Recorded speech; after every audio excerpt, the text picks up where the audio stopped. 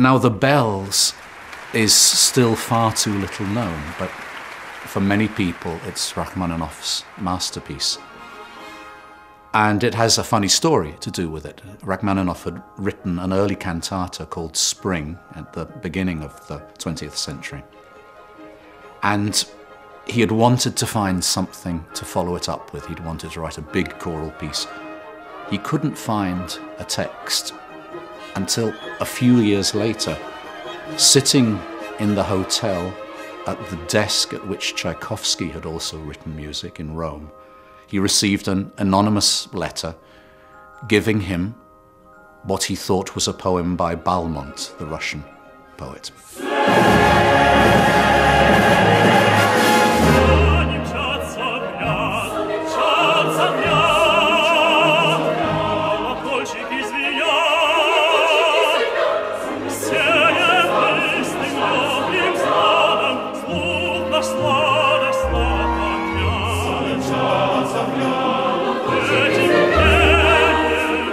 The words sent him into a frenzy, and he wrote later that every Russian lives within the sound of bells.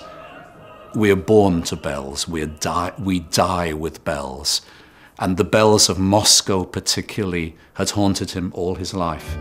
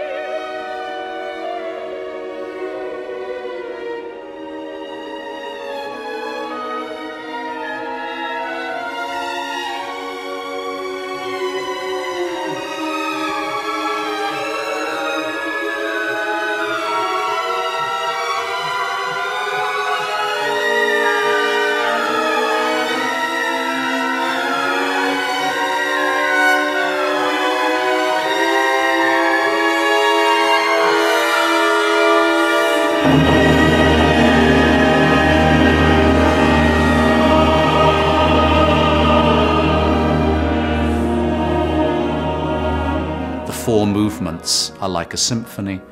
The sleigh bells of the first, to the wedding bells of the second, the alarm bells are war, terror of the third, and the deep bells of death.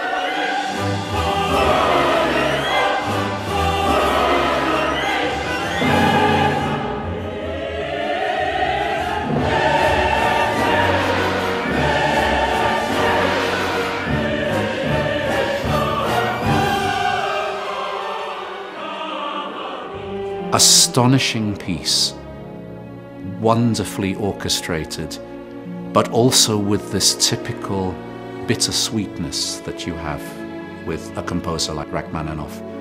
When he talks about sleigh bells and joy and beauty, he also talks about oblivion.